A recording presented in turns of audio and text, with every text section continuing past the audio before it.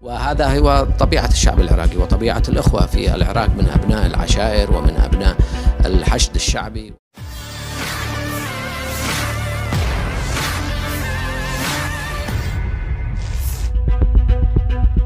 Gerakan perlawanan Irak dari faksi Al-Nujabah melakukan peluncuran rudal jelajah Al-Aqrab ke Tel Aviv, Israel pada Jumat 3 Mei 2024 kemarin. Serangan rudal terhadap Tel Aviv membuktikan sekali lagi kalau koalisi milisi perlawanan Irak adalah bagian penting dari poros perlawanan, sebuah persatuan milisi perlawanan lintas teritorial atas musuh bersama mereka, Israel. Pesan pertama yang dikirimkan sering penembakan rudal jelajah ke wilayah utama teritorial Israel adalah bahwa rakyat Palestina tidak berdiri sendirian menghadapi agresi Israel. Bahkan dikabarkan Al-Nujabah dan Ansarullah dari Baghdad hingga sana siap melawan penjajah Israel. Mereka juga menerbitkan ulang cuplikan operasi gabungan Ansarullah dan perlawanan Irak melawan Israel. Keduanya disebut akan menyiapkan serangan besar-besaran jika Israel semakin membabi buta di Gaza.